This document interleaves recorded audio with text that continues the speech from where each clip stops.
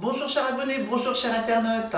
La dernière vidéo, elle se portait sur la lierre en sous-bois. Aujourd'hui, elle n'est pas en sous-bois mais dans ma cuisine parce que nous allons faire des petites préparations qui sont toutes simples, qui ne demandent pas beaucoup de temps et qui sont très bonnes.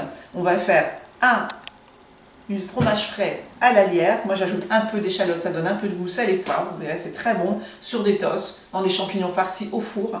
Et un beurre avec la lierre. Je vous rappelle que la lierre a un goût d'ail, donc ça va nous rappeler le beurre d'escargot. Avec l'avantage, c'est qu'on ne le gardera pas en bouche toute la journée, parce que ça a le goût d'ail, mais ça ne reste pas en bouche. Voilà, alors c'est très facile. Alors la lierre, vous voyez, on l'avait en vidéo, on la reconnaît très bien, elle a des petites feuilles arrondies en forme de cœur, hein, on voit bien.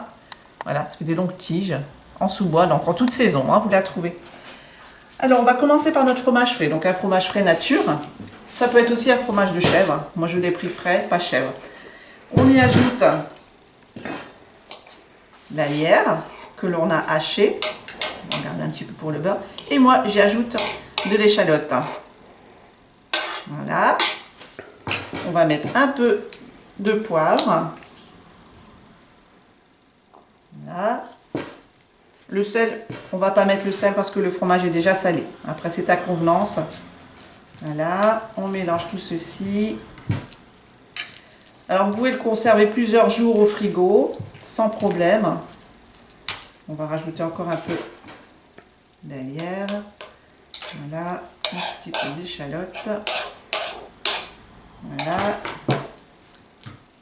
Alors à l'approche des fêtes comme ça, des petits toasts au fromage d'alière, c'est super bon.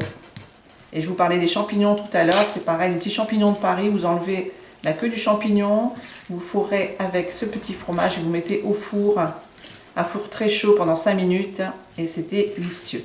Voilà, notre fromage frais, vous voyez, est prêt. Il m'a fallu quelques minutes. Alors le beurre sera un peu plus long parce qu'en fait, on va devoir écraser le beurre. Donc vous avez intérêt à bien le sortir du frigidaire bien avant. On va rajouter la lierre et on aura notre petit falso de beurre d'escargot.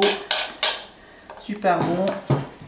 Et pareil, vous pourrez le conserver et en faire ce que vous voulez en cuisine.